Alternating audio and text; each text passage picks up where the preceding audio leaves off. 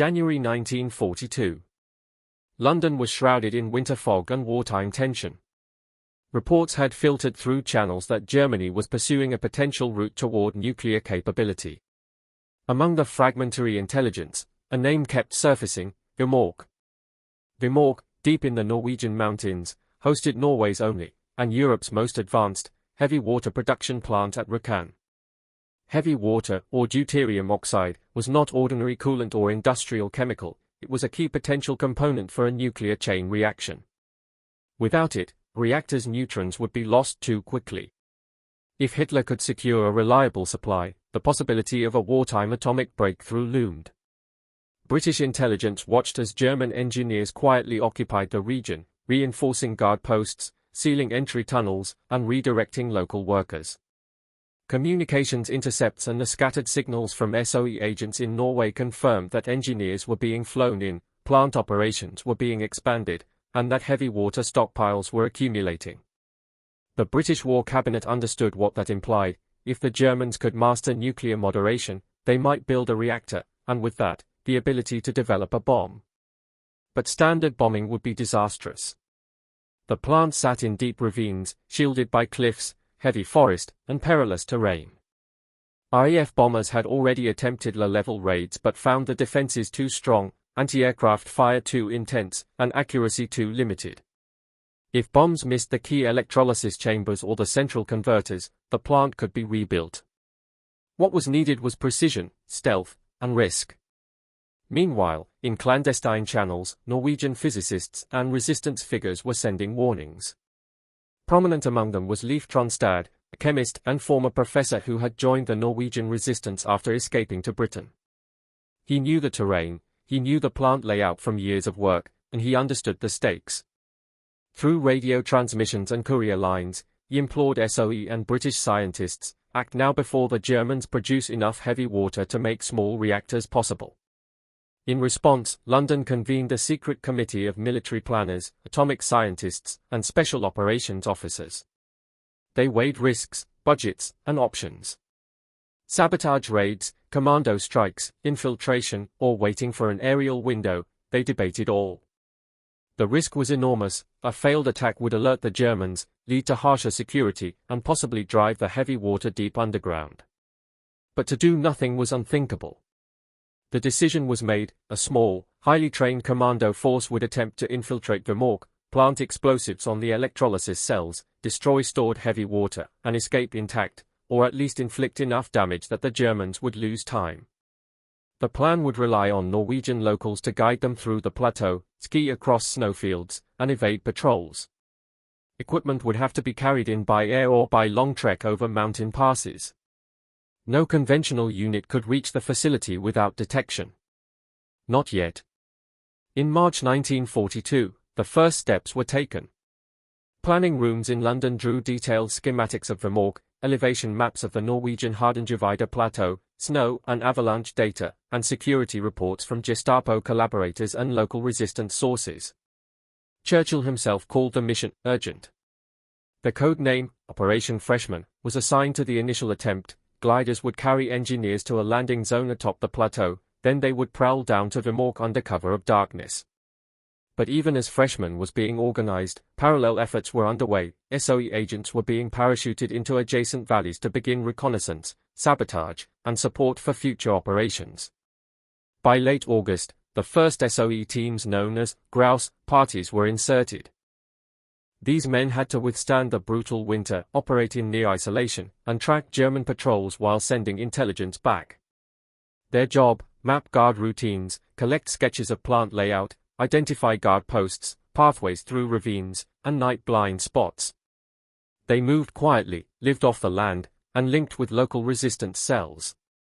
Meanwhile in Britain, explosives specialists, commando officers, and Norwegian expatriates were training in mock-ups resembling Vemork's layout, simulated electrolysis chambers, narrow tunnels, flumes, stairwells, and service tunnels. They practiced moving in darkness, cutting pipes, placing charges, and retreating silently. Every piece of kit, wire cutters, filming gear, explosives, frost-proof clothing, was vetted. As winter deepened in 1942, intelligence reports in London grew more urgent. Radio transmissions intercepted in Germany mentioned extra security modules, increased guard shifts, and heavy water drums being shipped to internal storage. Time was running out. The British planners accelerated Freshman. November was set for the attack, the gliders rigged, the engineering teams briefed. Preparations overflowed into scuttle corridors. What if the gliders failed? What if detection occurred? What if evacuation failed? Contingency plans multiplied. At the same time, the Grouse teams in Norway relayed warning: snow was heavier than predicted, German patrols were denser, and the plateau routes were riskier. Still, the command decided to proceed. Freshman would be the first brink. The fate of Hitler's heavy water ambitions might depend on it. That winter, British commandos and Norwegian agents waited. The mountain wind whispered. The snow drifted. And the Germans, unsuspecting, continued refining the plant machinery below. The stage was set, not for bombing, but for a strike so precise, so bold, that it could change history. November 1942. The mission that would test every theory, every assumption, and every nerve was ready. Operation Freshman, the first Allied attempt to strike Hitler's heavy water facility, was bold, experimental, and doomed before it began. Its aim was simple in words but almost impossible in execution: deliver 2 glider-borne teams of Royal Engineers into the Norwegian wilderness, link up with the advanced Norwegian, Grouse, team, and destroy the Vemork plant by direct demolition. But the margin for error was zero. The gliders would have to cross the North Sea in darkness, without fighter escort, in freezing winter weather, and land on a plateau that wasn't even visible from the air. On November 19, 2 Halifax bombers took off from RAF Skit 10 in northern Scotland, each towing an airspeed Horsa glider packed with men, explosives, and supplies. Inside the gliders sat 34 Royal Engineers of the 1st Airborne Division, handpicked for their technical expertise, each carrying demolition kits, Sten guns, and rations for several days. They had trained relentlessly on mock-up targets, learned to handle Norwegian skis, and memorized their maps. But they had no idea what awaited them in the mountains of Telemark. Below, the sea was a cold black mirror, and the weather began to turn against them. Winds shifted, snow thickened, and radio contact grew unreliable. The Halifax crews struggled to keep their gliders stable in the turbulence, their tow cables straining in the gusts. Somewhere over southern Norway, the first disaster struck: a tow cable snapped. One glider, suddenly free, disappeared into the darkness, plunging into mountains near Helgeland. The crash killed or injured nearly everyone aboard. The second glider and its Halifax tow plane fought through blinding cloud and sleet before smashing into a ridge. Those who survived were broken, concussed, or frostbitten. The survivors were soon captured by German patrols who had been alerted by the wrecks and parachutes. Under Hitler's commando order, which decreed that all captured Allied commandos be executed without trial, every man of the Freshman teams was either shot on the spot or later executed at concentration camps. None reached Vemork. The Norwegian Grouse team, waiting patiently in the wilderness, received no signal from the air. For days, they scouted the skies, hoping to see the planned drop flares. Nothing came.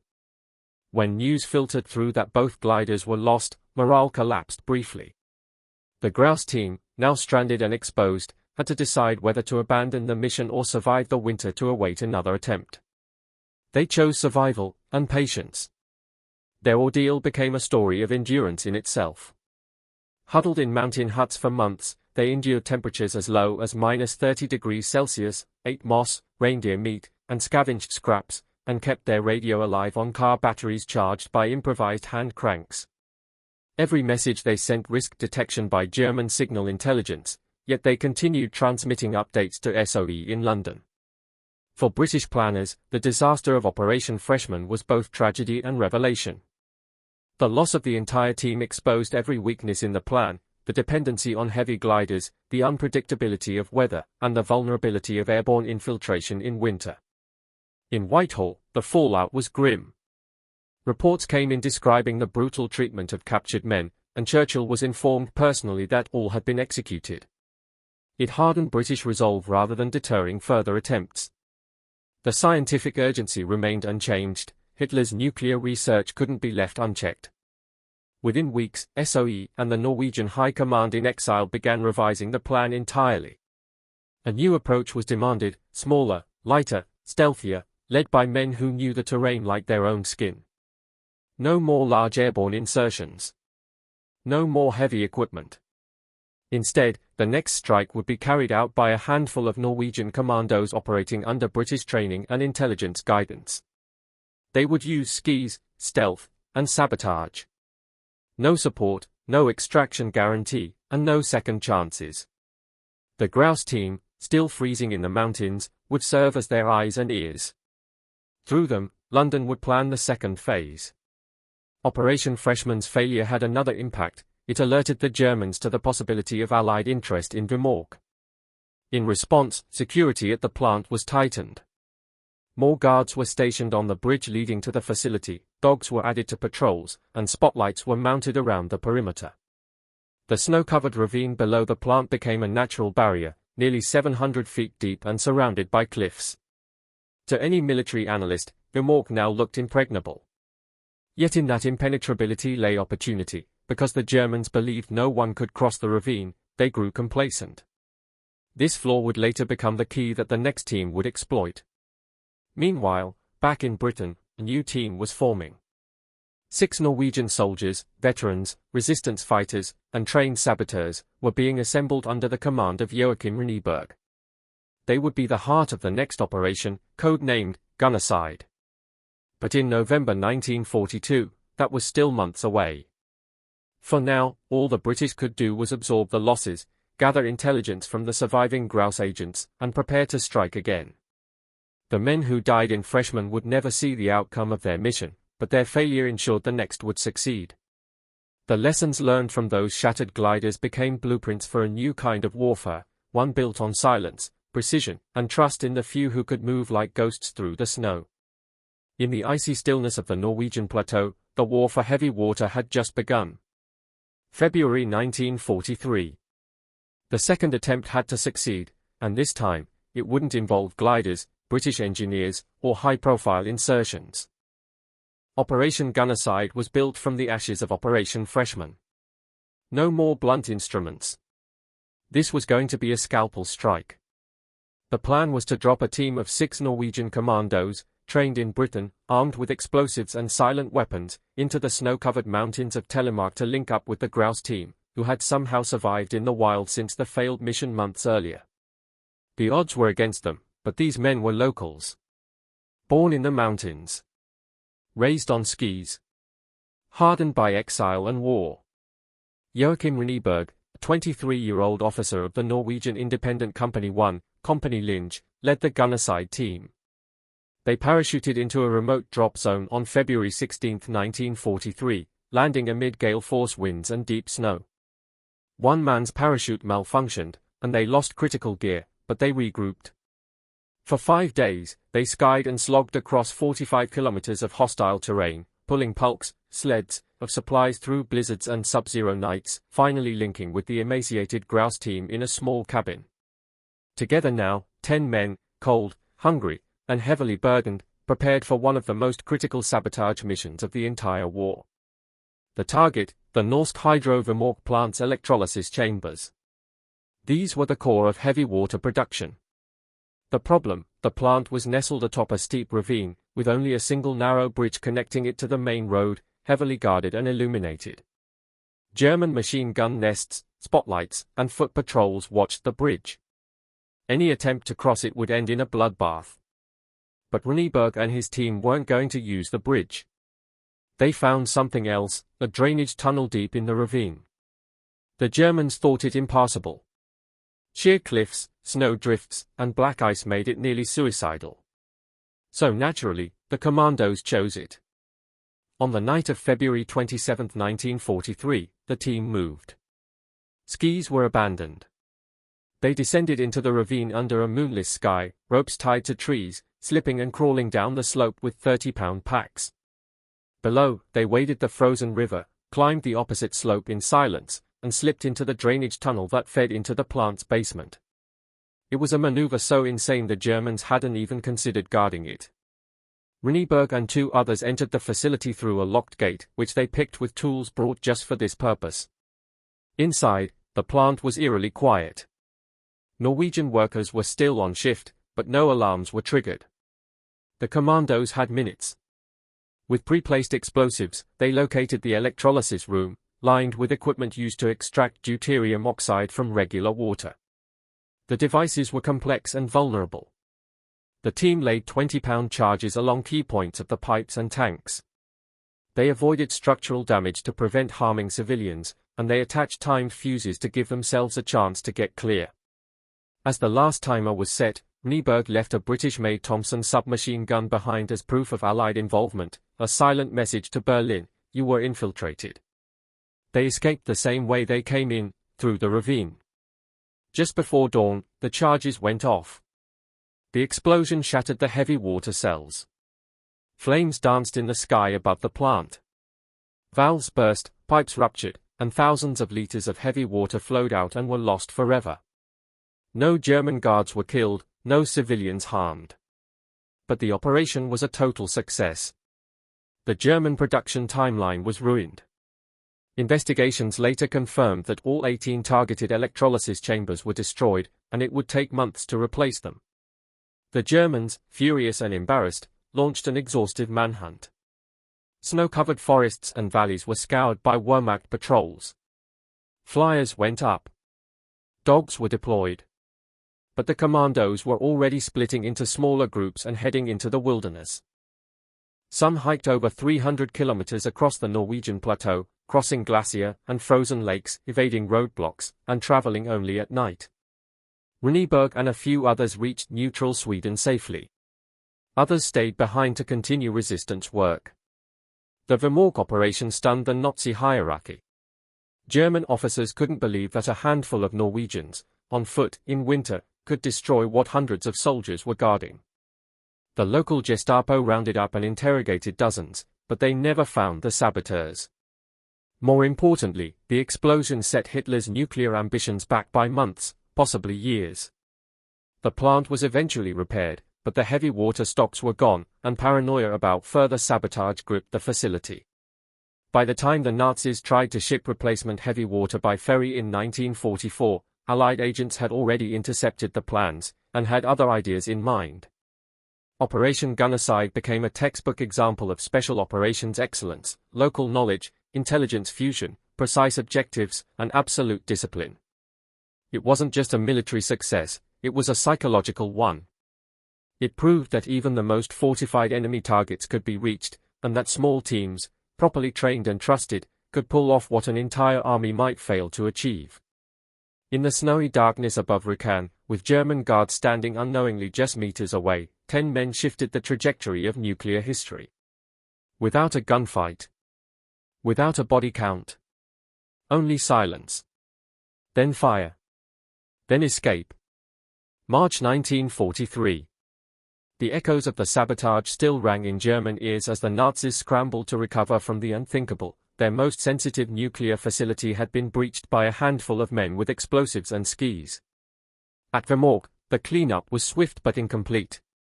The electrolysis chambers lay twisted and broken, thousands of liters of heavy water lost. And more than that, Hitler's confidence in the site's security was shattered. Engineers and SS supervisors rushed to assess the damage. The Gestapo began sweeping operations, interrogating plant workers and local villagers. But they came up empty. The saboteurs were gone, some in hiding, others across the Swedish border. Yet the war for heavy water wasn't over.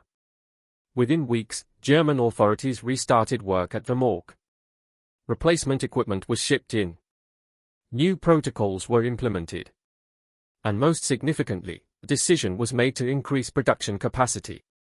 The Allies now knew the plant could be rebuilt, and that one successful sabotage wouldn't be enough. SOE and OSS analysts suspected that the Germans would attempt to resume shipments of heavy water, this time more carefully guarded and hidden within civilian supply chains. British intelligence intercepted hints of this through communication intercepts and diplomatic leaks. Drums of deuterium oxide were being prepared for transport out of Norway. By the fall of 1943, a new phase of Allied pressure was underway. While Vemork had resumed partial operations, the Allies turned to a different strategy: bombing. In November 1943, a force of more than 140 American bombers targeted the plant in broad daylight. The attack was partially effective, damaging key facilities, but the risk to Norwegian civilian lives had been great. Several workers were killed, and collateral damage to nearby housing drew criticism. The raid showed that heavy bombing could disrupt production, but at a moral and political cost. Still, the Nazis got the message. They decided to abandon the Vemork plant entirely. Instead of producing heavy water on site, they would transport the remaining stockpiles to Germany. Enter the ferry Hydro. The Germans planned to ship the remaining drums of heavy water, numbering several hundred liters, across Lake Tinst via rail and ferry. The water would then continue through Oslo and eventually into occupied Europe. But Norwegian resistance cells had already been alerted. SOE agents embedded in the region tracked the drums as they were loaded onto flat cars. The final leg of the journey would be a crossing of the lake, a vulnerable point. Lake Tinst was deep, over 400 meters in places. A sinking here would ensure the material was lost for good. The Hydro was scheduled to depart early on the morning of February 20, 1944. A local resistance team led by Knut Hauklid, one of the original Gunnerside saboteurs, volunteered for the mission. They knew the ferry, its routines, and the layout of its hull. The plan was simple but deadly: sneak into the ferry at night, plant explosives under the cargo deck, and detonate them while the vessel was mid-crossing. On the night of February 19, under the cover of darkness, the team paddled across the lake in silence. They slipped into the dockyard, evaded German guards, and found the underside of the ferry. With magnetic mines and time fuses, they planted the charges just beneath the rail cars carrying the drums. At 7:45 a.m. the next morning, Hydro departed. On board were several German soldiers, crew members, and civilians, some of them Norwegian. The saboteurs had made a hard choice: no warning had been issued. There would be casualties. But letting the shipment reach Germany was unthinkable. Just after 8 a.m., halfway across the lake, the explosives detonated. A thunderclap echoed across the water. The Hydro broke in two and sank in minutes. 18 people died, including 14 Norwegians. But the heavy water drums, tightly sealed in steel, dropped to the bottom and were never recovered. Hitler's last shipment was gone. The German nuclear program, already reeling from logistical challenges and Allied intelligence infiltration, was crippled. After the Hydro sinking, no significant shipments of heavy water were made again. Production in Norway was halted. And within a year, the Allies would be on the beaches of Normandy, pushing the Reich into retreat. The sabotage of the ferry marked the final act of a campaign that began with 2 failed gliders and ended with an explosion beneath cold waters. The cost was real: civilian lives lost, reprisals feared, but to the Allied High Command, the sacrifice was weighed against what a German atomic bomb might have meant. Had those drums reached a lab in Leipzig or Berlin, the war's course could have altered dramatically. The Nazis never came close to building a functional weapon, but not for lack of trying. The sabotage of Vemork and the Hydro ensured they never had the chance. For the commandos and resistance fighters, the mission was never about glory. Many stayed anonymous for decades, speaking little of what they had done. But in the quiet corners of Telemark and the deep waters of Lake Tinst, the war for nuclear supremacy had been fought, not with armies or fleets, but with skis, wire cutters, and homemade explosives. And it was won. Post-sabotage, Norway entered a strange limbo. The missions had succeeded, but the world had not yet seen the true impact of what the commandos had prevented. In London and Washington, atomic researchers quietly crossed out a key threat on their chalkboards. The Nazi nuclear timeline had been erased. But in Norway, the cost lingered in the silence of lost lives, wrecked homes, and constant fear of German retaliation. Even as Allied planners moved on to the Normandy invasion and the final assault on Fortress Europe, the region around Rjukan remained under tight German control.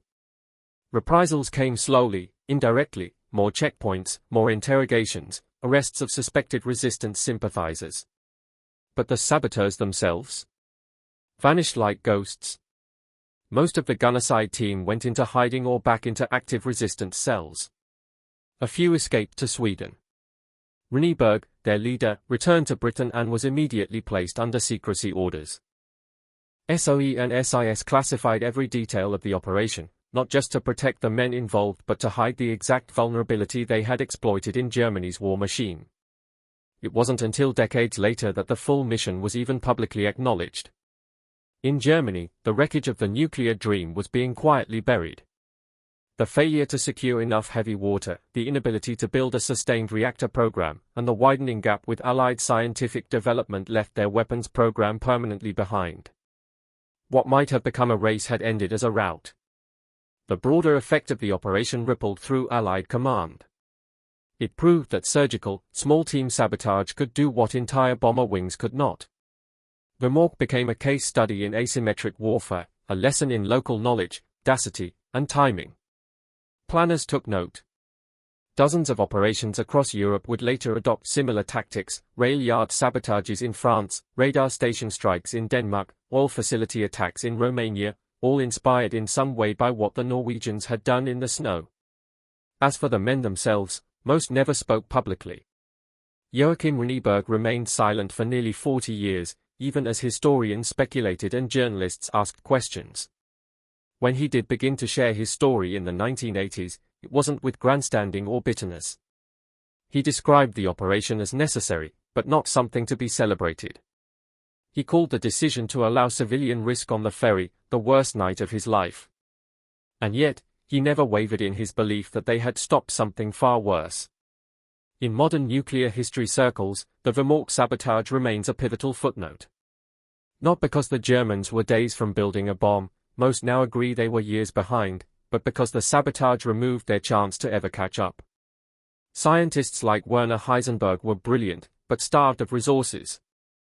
The sabotage ensured that starvation became permanent. There was no fallback supply, no secondary plant. The ferry sinking was the nail in the coffin. What remains most astonishing is that the mission, from start to finish, was carried out with no armored support, no air cover, and almost no real-time intelligence. Just maps, skis, cold determination, and men willing to die in silence. These weren't special forces as we know them today, they were scientists, students, and sons of farmers trained in exile. And they changed the war. Today, the Vemork plant stands as a museum. The bridge still stretches across the ravine, and the steep paths the commandos climbed are marked for visitors to retrace. A rusting ferry propeller rests beside Lake Tinsk, recovered decades later from the depths. And the names of the saboteurs are carved into stone, no longer ghosts in the snow, but legends who walked it. In the greater story of World War II, the headlines often go to tank battles, D-Day landings, or bombing raids. But behind those sweeping campaigns were quiet acts of sabotage, moments when a few risked everything not for glory or vengeance, but for the idea that one action, in the right place and at the right time, could steer the course of history. The men who crippled Hitler's heavy water ambitions never asked for statues. But they left us one anyway, in the shape of the war that never became nuclear on both sides. As the war entered its final phase, the story of the heavy water sabotage quietly faded into the background. Normandy had been stormed. Rome was falling. Berlin would soon follow. But the men who had risked their lives on the frozen cliffs of Norway were never the same. Many of them went back to ordinary lives. Some never spoke of the mission again. Others, like Joachim Runeberg, carried the memory as both a badge and a burden. In post-war Norway, these men were not immediately hailed as heroes. For years, the details of the operation remained buried in government archives. Not out of shame, but because secrecy still lingered like frost.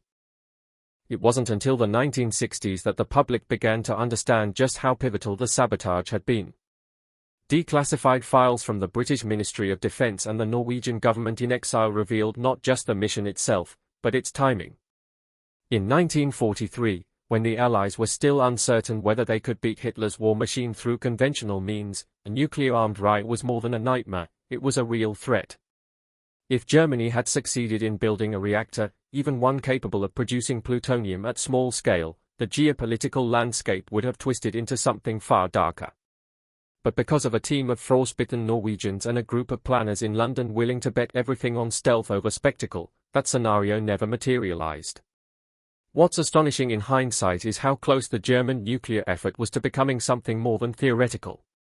After the war, American forces captured documents and scientists during Operation Alsos, part of a broader sweep to assess and neutralize Axis science programs.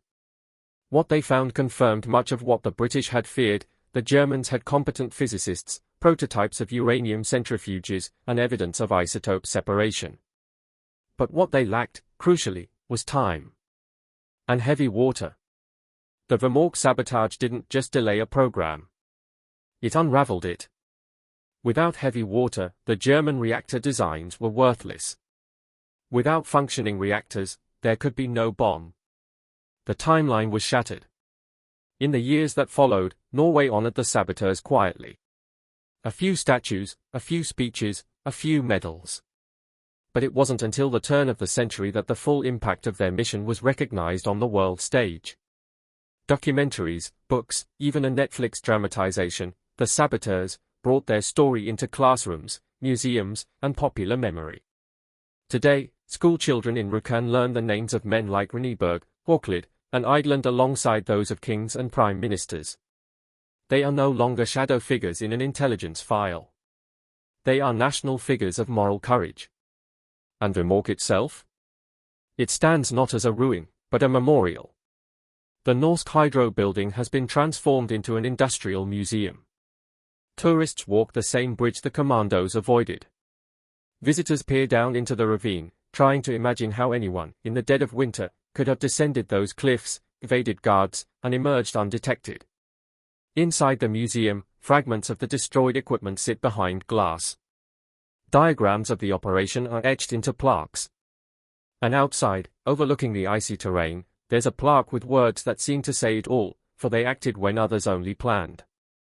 In a war filled with machines, megaton bombs, and mass mobilization, the story of the Vemork saboteurs reminds us that sometimes it's a dozen men, a few pounds of explosives, and the will to ski through hell that makes all the difference.